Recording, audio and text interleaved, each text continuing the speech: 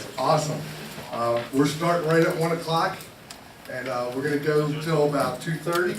Yeah. Okay, with Skye. All right. So you guys have no idea how special it is to have this guy right here with us today to talk to us.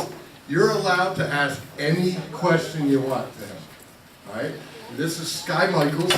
He's with Keller Williams Philly down in the city, and he's a rock star. And we are becoming. Head's growing. Keep it coming. We are becoming more and more friends. We have mutual friends that kind of got us together, and the more we talk, the more we go, holy cow, man, we are on the same page, you know? So I'm just really, really excited to have him here. He has a team, and I want him to tell us about his team's name and why, because I think it's really, really interesting. And he also has, you know, a story like all of us, where he came from, things like that. So I'm gonna moderate, I'm gonna have him speak, and then as we're going, it's okay, if they raise their hand, Absolutely. we'll have you ask any question you want. It could be on team building, it could be on lead generation, it could be on, the subject today is leads, listings, and leverage. That's really why we're here, right? Okay? But in the midst of that, you might have questions. Yep. And I know he has answers. So, okay, so Skye, tell us who you are, and let's go from there. So one of the things you guys as realtors always want to have your elevator pitch. Like you're quick and easy. Who are you? So I'll give you my quick and easy elevator pitch just so we can move on to more important things. My name is Skye Michiels. I run the Real Estate with Heart team. We are currently located down in Center City, KW Philly. We are 11 agents and then 4 full-time admin. And last year we did 242 transactions and 90 million. So that gives you like where we are. This year, year to date, we're at 42 million with 110 transactions, with our goal being to cross that $100 million barrier, because it's a pretty cool barrier to cross. So that's like the boring details and like, you know, the ego details, we'll call it, right? Who I am as a person is, and why I call my team Real Estate with Heart is because for me, my big why is caring about people. Everything we do as a team, from my admin to my agents to our marketing, is all geared about caring about people in the community. Because for me, real estate is not about houses or numbers, it's about people, and it's about their stories and their experiences. And from the very beginning of me starting in real estate, that's how I started to build it. I never grew up thinking I was going to become a realtor. Probably Ryan McCann, if you guys, I don't know if you know Mike McCann down in Center City, his son Ryan McCann is a realtor. Probably he's like one of the few people that grew up saying, hey, I want to be a realtor. Probably 95% of us in this room never went to college to be a realtor, you know, and I was the same way. I was a teacher, so I graduated from Syracuse University in 2000 with a master's degree. I got a job at Haverford High School in Delaware County. Great job, cool. As a social studies teacher, is what I envisioned being, you know, my entire life. So I got going, and you know, like most beginning teachers, you start to realize like the pay eventually as a teacher really gets good. You know, you got great benefits, everything like that. But those first 5, 6, 7 years, you see exactly where that pay is going to go. And I was living less than paycheck to paycheck as a stupid young kid, going out drinking, putting my credit card down. Oh yeah, I'll get the tab. You know, the next day you pick up the tab, it's $300. So, you know, I didn't realize it drank that much. So anyways, my bottom line is I was sort of struggling a little bit, and I always remember parent-teacher conference, October of 2001. All the teachers, after, you know, parent-teacher conferences ended, we all went out to grab a couple drinks, and I'm sitting there talking to a guy named Bill Curry, and I was telling him like how much I loved teaching, but I was struggling a little bit with the finances of it because I knew exactly what I was going to make next year, and the year after, and the year after, and it, you know, it incrementally went up, but it didn't go up that much, so I was going to really have to figure out a way to make ends meet. So he said to me, and this is back in 2001, which is, you know, right when real estate, how many people in here were selling real estate in 2001? Oh, so you guys, you remember how those the good old days, I call it, you know? So he was like, if I could go back and do it all over again, I would get my real estate license, I would sell real estate part-time, and then I would sell real estate part-time and then be a full-time teacher. You get the benefits of pension, retirement, all, you know, security of a paycheck, and then you throw on, you know, an extra 20, 30,000 a year. sounded like a good idea. I went, I found Polly Associates out in Newtown Square, and I did the 4-weekend course. Everyone ever, Friday night, all day Saturday, all day Sunday, and just banged it out. So in 2 months, I had a real estate license. I'm like, okay, this is crazy. And so I just started selling real estate in 2002, Century 21 Alliance, and from there, I didn't really think it was going to go where it's gone today. Just started a little bit, think it was going to go on the side. And like I said, from day one, I still cared about the people, because the people I was selling to were my friends. The people at school, the people I knew. I wasn't selling to, I wasn't cold calling and things like that. I was selling to my friends, so I cared about them. I wanted their process to go well. And to make a long story short, I did both for about 3 years, and then finally in 2005, I was basically killing myself because all I did was work. I'd wake up, 5:30 in the morning, go to school, teach all day, then I'd leave the office, 3:30 to 8:30, I'd sell real estate, and get home at 8:30 and grade papers and plan for the next day and stuff like that. So it was just this crazy, and then the weekends would come, most people are off the weekends, and then I'd work all weekend, and then do it all over again. So it just got to a point where, I gained about 40 or 50 pounds. Just was so unhealthy, and I just needed to make a decision, and I went full-time real estate, which for me, I grew up very poor, so when growing up poor and you have a college degree and a set job and a pension and benefits, and you're like, this is the holy grail, this is what I've been working for my entire life. Oh, but now I'm gonna go sell houses? What? What am I thinking, Health insurance? And it's crazy. So I also was a college athlete. I rode on the crew team. So I sort of had a mindset of driving myself, and I think that was my other frustration with teaching, is that I could work so hard and I would get the same paycheck as someone else not working as hard as me. And I think that's the other thing that really I was drawn to with real estate. I was like, hey, I worked really hard. I worked in the office till 9 o'clock at night, and I did this deal. I got paid for it. And I was also slightly competitive. So when I always remember in 2005, I became #1 agent for a month in the office, and that was a pretty big deal. I was in an office with a lot of guys that were doing real estate a long time, and I was doing it part-time. And I was like, so that was a sign for me when I was like, all right, it's time to make a decision. So you said you grew up poor. Yeah. Can you tell us a little bit about that? So my mom. You don't have to stand behind that. You can look out and you can sit down here and you can be comfortable. Whatever. I'm shocked that he's not making me wear a Chicago Bears jersey. How quickly he turns. It's amazing. Only number 80. Only number 80. I grew up in Poughkeepsie, New York. My mom my parents got sort of separated pretty early, so my mom raised me and my 2 sisters. I never knew how much money she had because we never felt for it. And then we were filling out college applications, and she wrote her income down. I'm like, wait, what? That's how much? And granted, I was doing paper routes at the age of 12. I worked, I would play football in the fall, and then I'd work in the winter, and then I'd do crew in the spring, and then I'd work in the summer. So I was working from the age of 12 on, But we grew up really rich in love and happiness and stuff like that, and we worked really hard, but we were really happy. So then I went to college. I got pretty much a full ride, not a little bit of crew and a lot of academics, and then need as well. The only time it pays to be poor is when you go to college. So if you're going to go to college, or run a real estate business and deduct everything and show 0 on your tax return. Net income, 20,000. Hire me at adjusted gross. So that's, but like I said, we never had the mind. We never felt poor. Do you know what I mean? And it's one of those. So that, you still carry that forward to today, where I recognize when I get a check for $10,000, or if there's an issue on a deal, and that $300 or $400 is going to make that deal go through.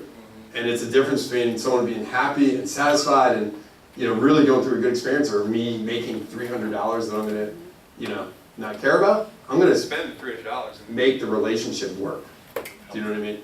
So that's a little bit of the background of growing up poor. And, I still carry some of the woes of that experience because I never really learned great ways of budgeting money or anything like that, because what you had, you spent. And then you incurred debt, So in some ways it's good because I'm not scared to incur debt, you know, but in some ways it's bad because I never learned good budgeting techniques and really good ways of investing and stuff like that, because when we grew up, we weren't taught that. Yeah. So now I'm battling that now, where I'm trying to learn how to invest money, how to budget money. If I don't have it, don't spend it.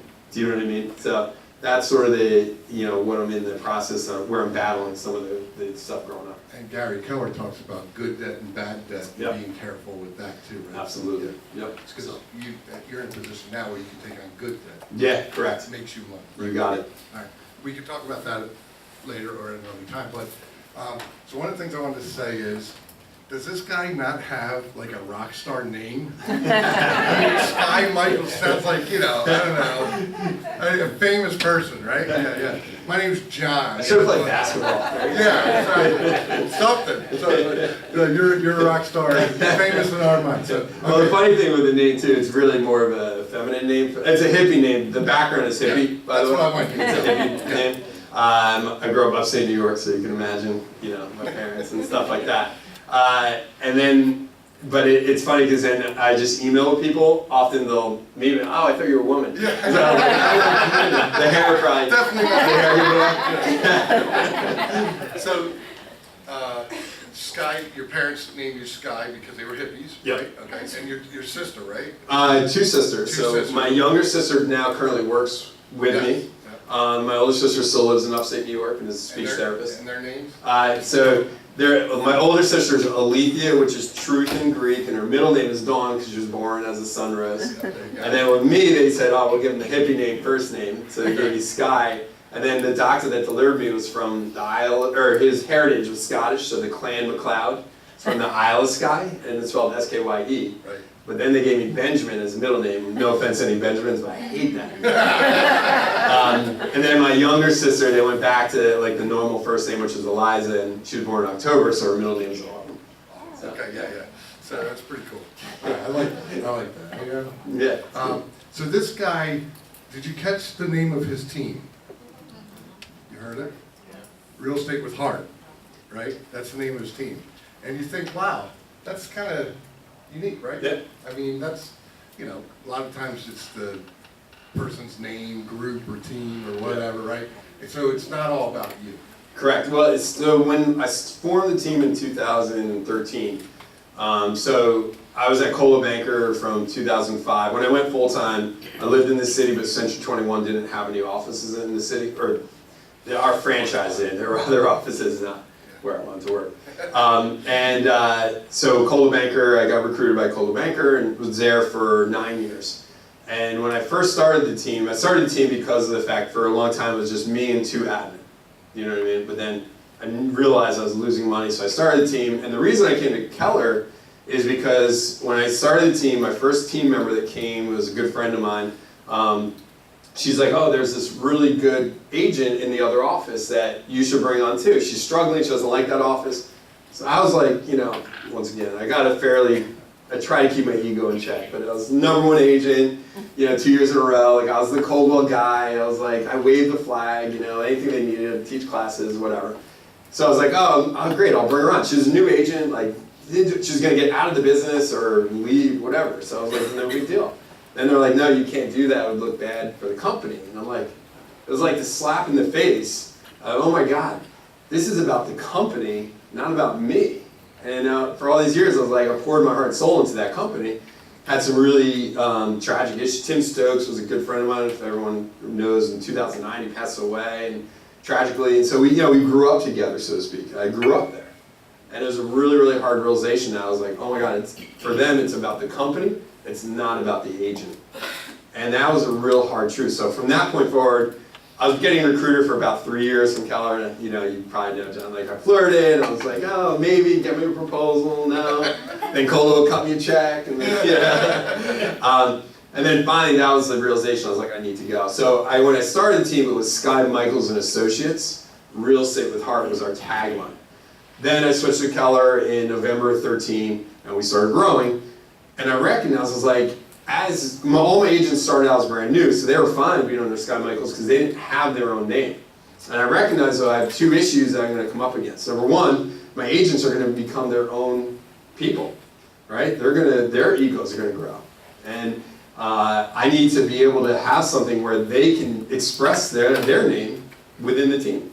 And it's weird, like Skye Michiels and associates and Kerry Waterman, like there's like, who, what, you know? And then the second thing is if I'm recruiting, as I was growing the team, I wanted to bring on experienced agents. As an experienced agent, like, you don't want to give up your name, you know? So if I went to someone and said, hey, you gotta join the Skye Michiels team, most experienced agents, that initially will cut the conversation right there. Doesn't matter what value you provide, what split you provide, like, I like my name. I want to use my name. So now with, you know, Real Estate with Heart, you can use your name, and Real Estate with Heart is a tagline that defines who you are. So 2 years ago, we rebranded the whole thing into Real Estate with Heart, and that's why. And I think the biggest thing is, you know, I wanted a name that said who we are. You know, no one joins my team unless you care about people. We're not a team of like, you know, we do not do business that isn't about caring about people, you know, and that's sort of what we are. So, anyways, that's sort of the background of where the name came from. The name actually came from, the tagline started, I've only taken one, I've gone to triple play 10 times probably. I've only taken one class. And that class, that name came from that one class I took where the teacher, or the woman that was presenting, lived in Texas, and she donated a portion of her commission to one of the school town PTAs. So she, in Texas, there's 3 PTAs basically she operated within. So she's like, find something that, you know, speaks to who you are as a person. So I went back and, you know, in my hangover, I was like, you know, like, all right, heart, like crew, hard work, like that word heart can mean a lot of things to a lot of people. And so that's where it came up with Real Estate with Heart. And then we copyrighted it as well. So if you think you can't steal it. You can't steal it. So okay, good. So can you tell me the progression of you and 2 admins, and now you and 10 agents and how many admins? 4 admins. 4 admins now. Can you tell me like the progression that you took to get there, but also the production levels? Because I know that you've had significant jumps. Growth. So I think so just as a side note, one of my projects I'm working on currently is I'm writing a book with a really good friend of mine as well that runs another team about this topic. Because of the fact that there's all these teams that operate out there with really no idea. And we're Keller Williams, we are the company of teams. You guys tell me what book you'd go to find out information on running a team? How many chapters are dedicated to it? 1. Right? And out of all the teams you know, how many teams run it to the MREA model? So we were sitting there and we're like, you know, we got questions after questions from our people in our office. How do you do this? How do you do this? And then we started a mastermind group of these brand new teams who are all going through the same issues, same struggles, same questions. We're like, all right, let's go. There's got to be a book we can recommend. There's nothing out there, guys, on how to run a team and how to build it. And the other thing too, there is no secret way to do it. It's almost like an artist, right? The way I run my team, and a good friend of mine and one of my business partners, Dave Snyder, up here as well, the way he runs his team is totally different. Dave Snyder up here, guys, he runs Center City Listings, has 1 admin. And Dave, do you mind, what are your year-to-date pending solds? Last year was 120 million and 460. On 1 admin. So there's no way there's different ways of doing this, guys. You know, there's no one way, but you need to know the basics of it. And running a team and building a team started for me, I did it by accident, you know? So I started out with 1 admin, then I added the second one, and in my opinion, you need to, if you're building a house, you don't start the house with the walls, you start with the foundation. Your admin are your foundation of a team. They're the lifeblood of your team. Dave Snyder, his admin, she's unbelievable. Unbelievable. She runs an entire team of 1 person. Do you know what I mean? And so if you're starting a team has to start with foundation. And your foundation is your admin. How many teams do we have? How many people run a team? Or anyone in here? Okay. 1, 2. So we don't have a lot. How many people in here would like to run a team? Okay. So it's a matter of, And I would also say, how many of you have the thought of having an admin in the near future, right? Excellent. Because that's really what you're talking about. You gotta start there, right? You guys are, what is your commodity? I know, I apologize, I don't know many names, but so, what's your name? Janice, what's your commodity? What do you have to offer? My care, my expertise, my knowledge, my time. It's one word, time. It's your commodity, guys. You don't have a product to sell, right? You don't have a car you're selling. You can buy this car. You're not selling pens. You're not selling. Your commodity is time. And what is the value of your time, right? If you're doing work, if I have work that I can pay someone $15 an hour to do, or I do it, right? How much am I valuing my time? I'm saying what it is, you know? If I have an admin though, now all of a sudden I can focus on the stuff that's $400 an hour work. And someone else I can invest in to do the $15 an hour work, right? Yeah, and you're providing a good job to somebody who really wants it. Exactly. And do not fall into the trap. There's two traps with admin I call. One is friends and family. The other one is the agent that wants to get into the business, but they're too scared to take the jump. Agents are not admin. I am not an admin. Why? Because my personality type is geared towards sales. Someone who thinks they're going to be an agent is probably not going to. No, there's exceptions to every rule. But you want someone who wants to be an admin. You want someone who wants to come in at 9. They want to work behind a computer, check boxes off, you know, make sure things are done right, organize you, and then go home at 5. And maybe they answer some calls if you need help after hours. But you don't want an agent sitting in that desk, because that agent is going to start being ADD and texting their friends, and then like, oh, there's this, look at this cool video I saw on Facebook. Because that's an agent's minds, right? That's what we are. We are ADD, like we're all over the map, we're all doing this and doing that, right? So your agent and your admin are two different people. You have to find someone, so Dave's admin, Louise, she would never sell a house in her life. Because she'd be so, you know, there's just my head admin, Liz, you even bring the topic up. She's like, oh my God, like, I offer my admin 25% on every lead they bring into the team. I'll pay them 25%. No, many, she's brought in 0. Like, if it was me, I'd be like out there calling everyone like, all right, like I'm sitting behind this desk, I'm gonna earn 25%. She wants to earn her paycheck, earn her bonus, you know, but then that's it. She wants to go home at 5, or 5:10, you know. So, I can't remember the question exactly. Oh, how did we grow? Well, So, the other thing is, you're talking about hiring talent, so you're looking for a specific person to handle a specific job that has the right personality, right? correct. And in the beginning, if you are just an individual agent and you're going to hire an admin, you know, and it's your first admin, this admin sort of needs to be a little bit of, you got to define what your job description is, right? This is a technique if anyone out there is thinking of hiring an admin. And if you're sitting there and you're serious about running a real estate business and you're not thinking about investing in an admin, you got to question how much work or how big you want to grow it. And I'm not saying you need to grow it big like myself or David or John's team. But if you want to live a life and balance this a little bit, you sort of have to figure out a way to reinvest the money you earn into leverage. And that's one of the big topics of today is leverage. And you get what you pay for, too. If you pay, you know, someone like $30,000 a year, no benefits, no bonuses, no nothing, you're going to get $30,000 a year work.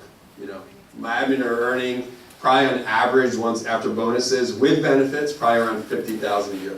Skye, we have a friend who experienced this, and I'd like to ask you a question about a bad hire of an admin and then a good one. You just tell a little bit? Skye has a story. Yeah, My first first admin, I was super excited and just got someone in on the super cheap, and as cheap as you can get an admin pretty much. How much are you paying it, Justin? It was less than, I think it's 13 an hour. Yeah. I mean, so, How much you earn at McDonald's or like at the Gap? How much you probably earn $10 an hour at the Gap? I'm sort of out of touch with it, but yeah. right, you're probably earning that much. So, yeah. Yeah, so it got so bad, and, you smoker, and I can't deal with the smoke, so it got so bad I stopped working at the office and went home, and I was working out of my office, I was working out at home, and she was at the office, but you really learn that the first hire when you make a bad hire, and you realize what, you know, your time is really worth, and then so I immediately jumped up to 20 plus and started interviewing people, and it took 4 months over, you know, interviewed 30 people, but now I have the person I'll have for, you know, the rest of her working career, and that's solidified, so Yeah. you learn. Correct. Yep. And it's one of those things, guys. I mean, why can I be up here talking to you guys? It's because of the fact I'm not right now writing up contracts, answering emails, you know, sending out texts, setting up appointments. I'm up here being able to do this because I'm leveraged out properly. What is my hour worth? My hour's worth is probably about $600 an hour. You know. I owe you a lot. Yeah, you do. Yeah. So we're gonna drag this out as long as we can.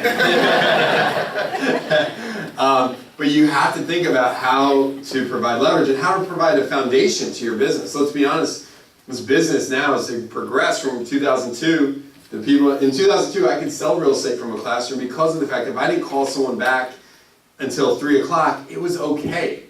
There was not an expectation that I would be responding to them, and if I didn't, that they were going to go on to this next person. And that was fine back then, you know? Hey, you need to sign this contract. Oh, we got a verbal? Good, we're good. You know, it's going to take a day to get the contract back. The other agent's like, no, we're good. You know, that's the way we operated back then. Now, not dot loop in the instant that you're going so fast. And if you're not leveraged properly, if you don't have someone that can assist you with these basic tasks, you know, you're going to be driving yourself nuts in this business. You know, I see some head nods, you know. This is a crazy business sometimes. And if you're trying to set up an appointment, write up a contract, write up a listing contract, upload photos, return feedback, do all the other things that we do as agents that someone else can do for, you know, $15, $20 an hour, you're not properly leveraged, because then what are you not doing? You're not focusing on the things you need to focus on, you know, which is the other two pieces of this, which is leads and leverage, and listings, you know. So we have somebody in this room who's really good with the internet, Great. and they looked you up, Cool. okay? And they said to me, Oh God. do you know that just in trend, when I pulled up, there was 1,000 properties you've sold? Yeah. Just whatever far back they went. And you have like 30 pendings, maybe something like that currently right now. Yeah, we had a great May of writing business, so we have our 34 closings in June. 34 closings, yeah.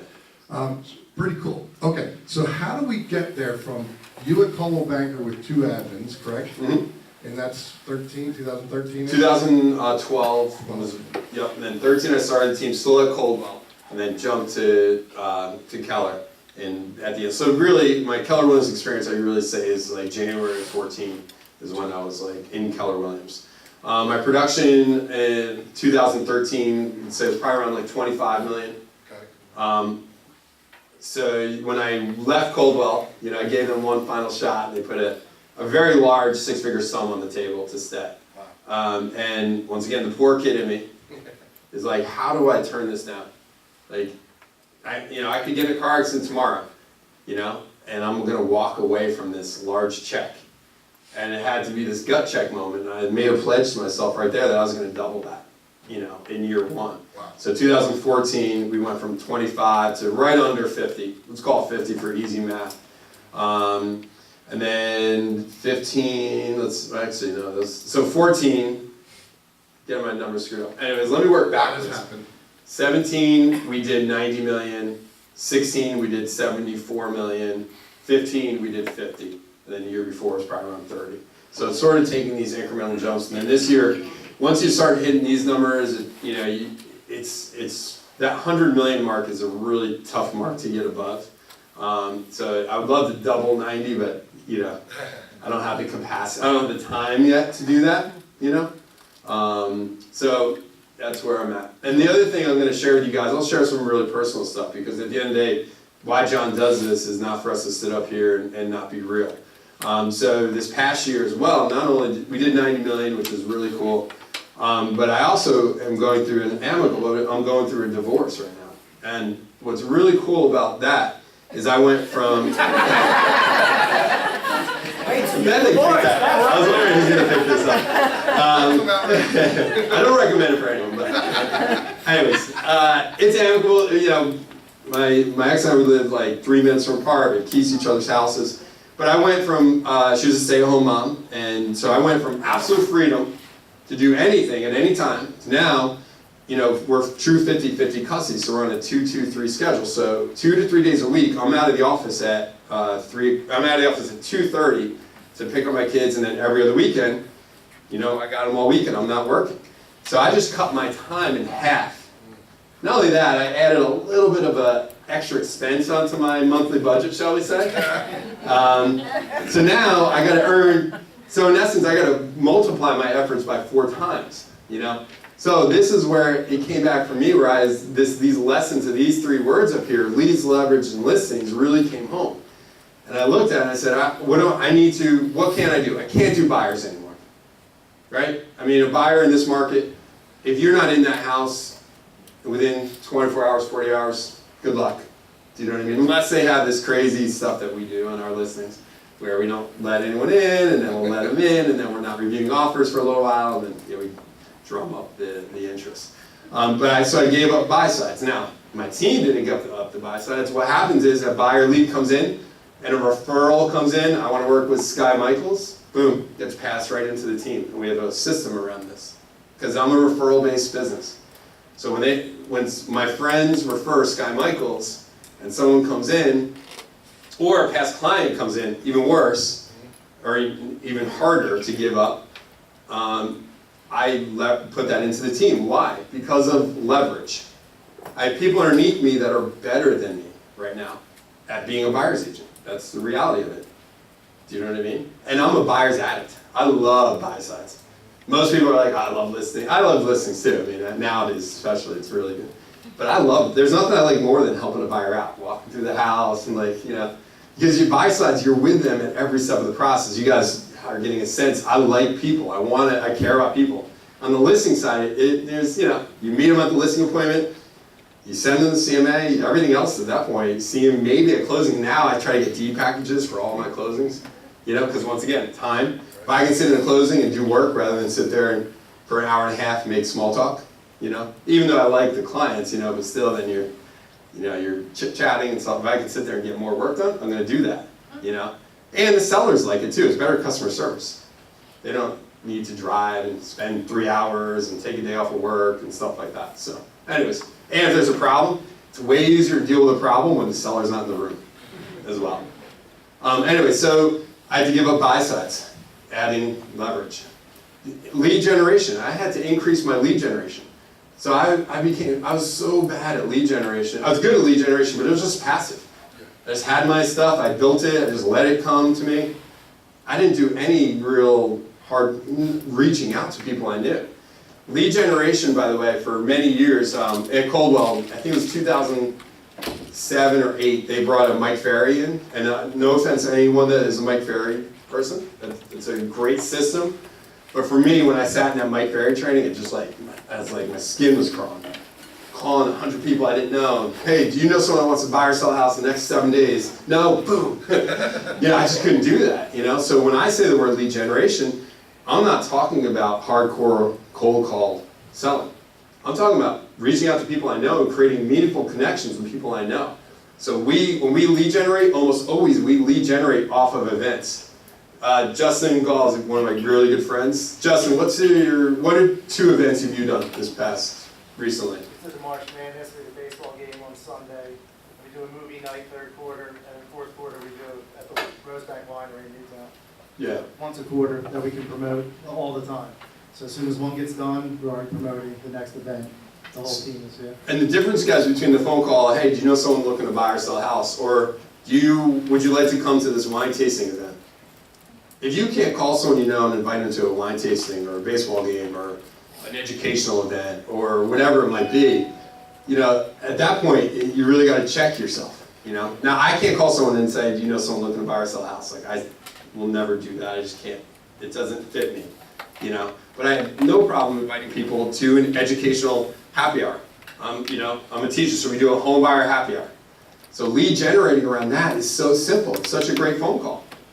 So when I talk about lead generation, it's easy. And then I said, okay, if I can generate 200 referral leads out of my database, and let's say we close, we have a high conversion, but let's just say we close, 75% of those, right? So that's, in essence, that's the equivalent, that's 150 deals, roughly, or exactly. That's the equivalent of me doing 75 transactions myself. Like, that's pretty powerful. All I'm doing is taking leads from my database, distributing to my team, who are amazing people, who I know will care about the people, and they're thrilled to get them, because these are not internet leads that are, flighty. These are like real deal people who want help. They're thrilled to work these leads. People are thrilled to get them. Now we're expanding out from there. So that's a little bit of like, I don't even know what the question was, but that's good. Yeah. I'm a little shy too. So. Yeah. We talked about how you got there, and you gave us a point. So let's talk about team. Who wants to know about teams? You can ask questions. Only if you give me your name. You have to raise your hand. Oh, my name's Fancy Nancy. Is this one? Oh, okay. Are you the real Fancy Nancy from the kids' books? I am. This is Nancy Owlette. Okay. Best bet yet. Best bet yet, big and small, I sell them all. Awesome. Yeah. My struggle is that, Yeah, I can tell. Nancy, come out of your shell a little bit. well, you know what, I started taking public speaking courses. Great. So I'm learning how to hold a microphone. Good. Excellent. My struggle is that these leads that come to you, and they call you because you've done business with them, when you pass them on, how do those people feel? They're calling you. Correct. You explain the why. So some keywords I want people to walk away from. Everything you do in life or in business or anything, you have to get back to the why. Why am I giving this lead up, right? I'm giving it up for your benefit. And I'm open. I say I am not a good buyer's agent right now. However, Bria on my team is amazing. Like if I was going to buy a house, this is who I'd buy it with. Because of the fact, if good buyer's agents right now, I explain the why, to break it down for them. And there's an understanding. In addition, anytime the lead comes in, we have systems and we have processes where we start talking about team versus individual. So instead of Skye Michiels, my team is going to be helping you. This is our process. This is who we are. Do you know what I mean? If people don't feel like you're passing them off? Hey, have I lost people? Yes. Am I okay with that? Yes. The reason being is because of time. So every time you guys say yes to someone, you're saying, or something, you're saying no to something else. So if I say yes to that $250,000 buyer lead that is a referral of my really good friend, I'm saying no to prospecting for listings. I'm saying no to trying to negotiate deals for my sellers. I'm saying no to helping my team members. Because I'm out for 3 hours showing houses in South Philly getting 3 parking tickets. Yeah. Yeah. And I can attest to this too, that sometimes running that $250,000 buyer really correlates to 5 or 10 other pieces of business that you're saying no to. Yeah. Really. So it's that when you're scaling the business and you're doing 50, 100, 200, 500 transactions, there is not enough time to run a particular part of the business, whatever it is, and it might be all of it at some point to where you're going to leverage yourself. And so you have to have confidence in your teammates. That's key, right? So he teaches, you better be like me and care about them more than the money, the house, the bricks and mortar, whether it's going to be a good inspection and all that kind of stuff, right? And I think a lot of us are motivated by money.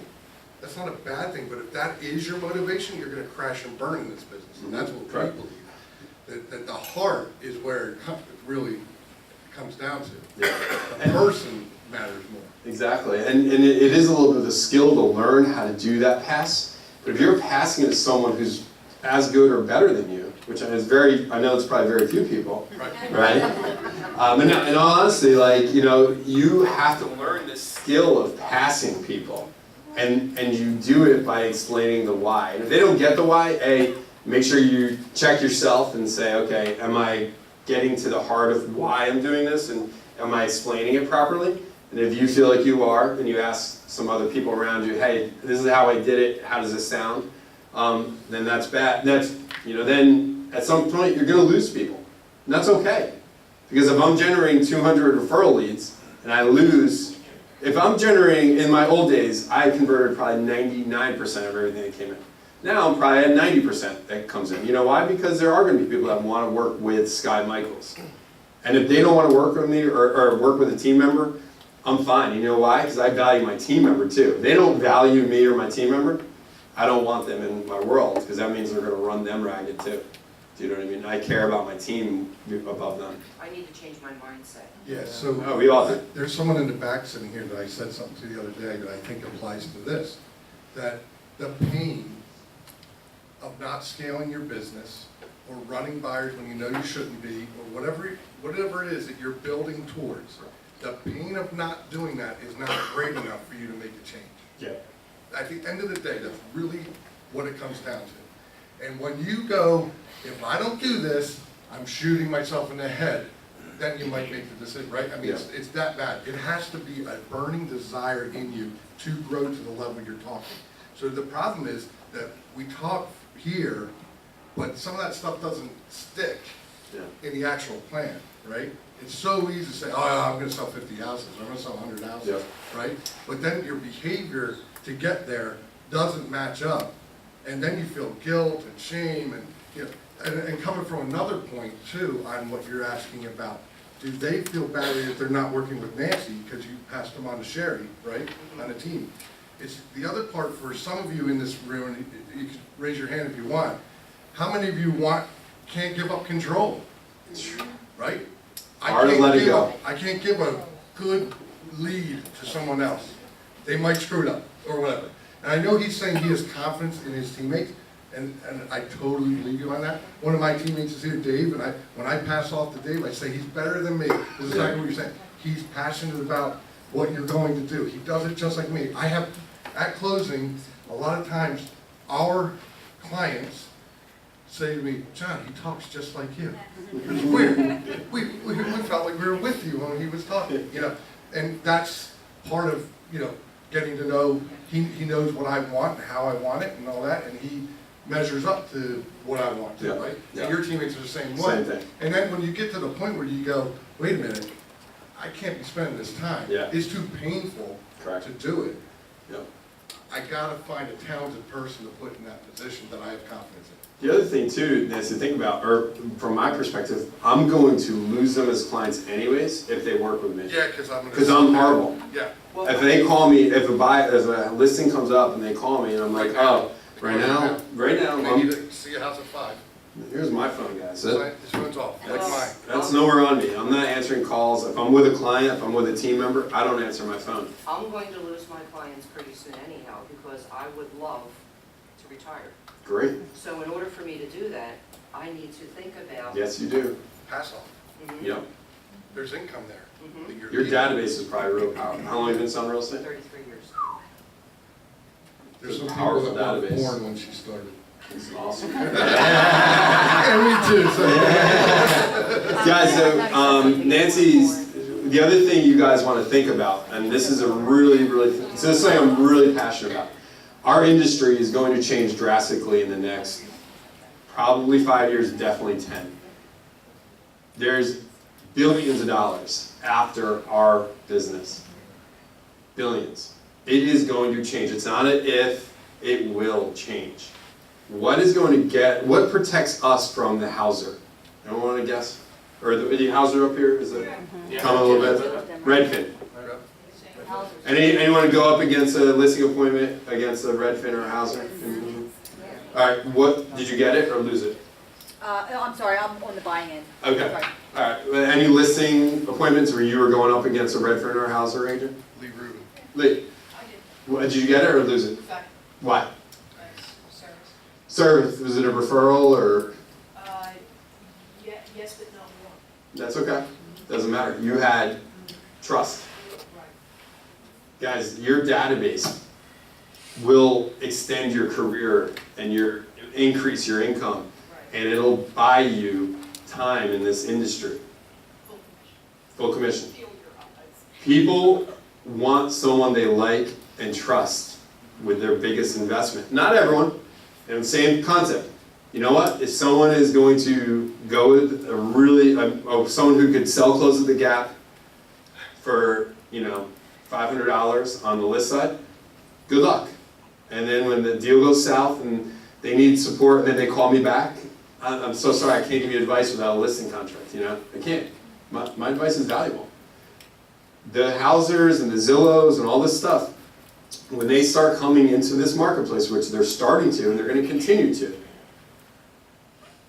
what's going to get us through is our database and the strength of our relationships, not directly with those people, but indirectly, right? Your friends, even if it was a cold referral, that's great. There's a level of trust there that existed, and then you walked in and you showed them how you were going to do such a good job, right? And they're willing to pay more for service. And if someone's not willing to pay more, great, go. I got enough business. I'm good. Do you know what I mean? The other thing I want to point out too is you can have a retirement plan. We should maybe have a conversation about maybe a 5-year progression where I pay you out on your database. Oh, Kelly Purtle already has that. You're very popular right now, I'll be your agent. Okay, Don't represent it. No, my point is, guys, I'm currently building something that I can sell. This last year, the volume, so 90 million, some of these big teams, some of them, a lot of them are built on the Rainmakers production. The best part about last year, in a really tough year for me personally and professionally in some ways, I did 9 million of my own business. The year before I did 22 or something like that. And we did 9, we increased. So that was really powerful for me to illustrate these concepts that I'm talking to you about. And I'm saying that if I wanted to, I'm not there yet, but I'm in this process of being able to say, you know what, I could potentially walk away a little bit and sell this to someone and earn commission. I'm not there, but that's what I'm building towards. Yes. What's your name? Howard Gottlieb. Yeah, 2 questions. We know each other. Yeah. Do your buyer's agents generate leads, or do they just take Yep. leads? No. So I am not a lead generation machine. So my value proposition is support for admin, all specialized in different categories: marketing, transaction management, on the list side, transaction management, on the buy side, and operations. So my value proposition is support, it's coaching, me, it's education, it's camaraderie. We operate as a family, as a team. We support each other. Someone goes on vacation, I want their email off. I want their phone off. Right? Hey, check it once a day if you want, but you have a buddy on the team that's handling your stuff, and you have me handling it. That's my value proposition. In addition, I want them building their businesses.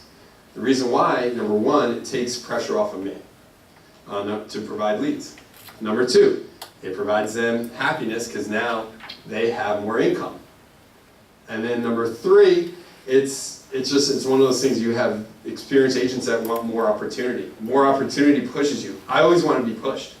I don't want to be in a situation where I have a revolving door of people coming in and out of my world just because they want to feed off of what I produce.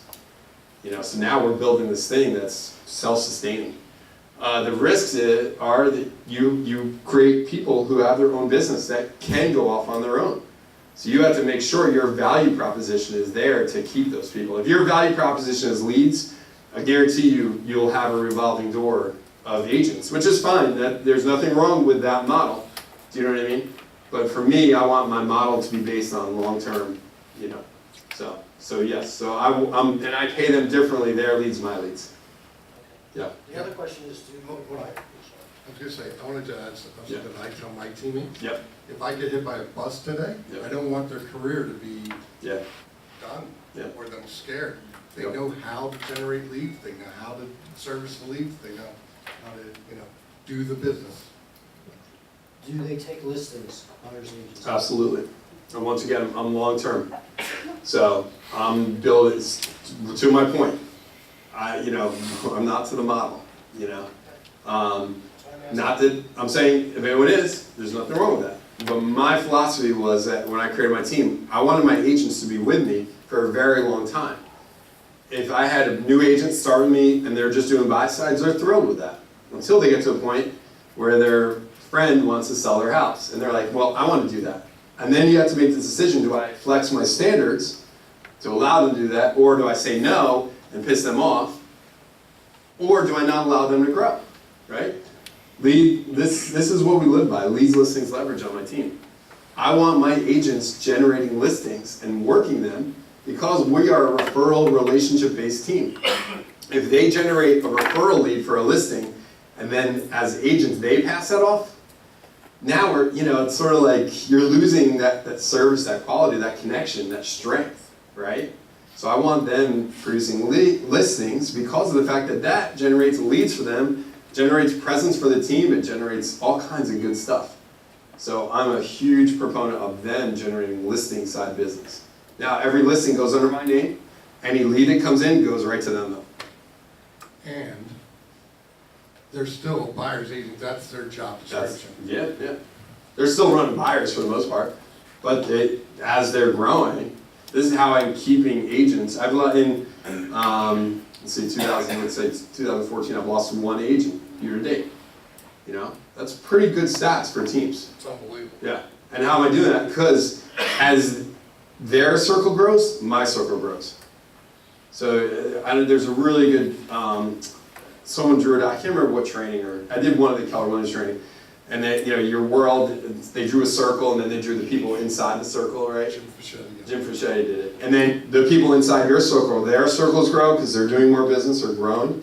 You have a choice of either keeping your circle where it is, and then they're gonna grow outside of you, or you make your circle bigger and they stay within your world. Now you're not gonna catch everyone, the person that left my team in December. It's the first, one of my really, really good friends. She was a client for, she bought 4 houses through me, then it was an awesome agent, did 14 million on her own, driven person, and it was one of those things that she just wanted to do it on her own. And we're great friends. She comes to our trainings. She's, still pseudo part of the team. Sometimes you're like, sort of left the team. Like maybe you don't want to be in this training. It's all good. But no, my point is you never know what's going to happen in this world too. If she calls me and she wants to come back, So. Thank you. In reference to what Howard was saying, and you're talking about the circle, so as someone, it comes on as a buyer agent, it's okay for them to list, they're primarily buyer, but you're not going to discourage that, all listings go under your name, all leads go to that agent. Correct. Got it. Anyone coming into database goes into the Skye Michiels database? Nope. We are creating their own databases. Interesting. Now, why? They're in my database and I'm marketing to them with my name. How effective is that to their database? Skye Michiels team. Okay. Well, it's probably in the logo somewhere, but It's the logo is Real Estate with Heart, but I'm building now it's all in one CRM. Do you know what I mean? So it's one.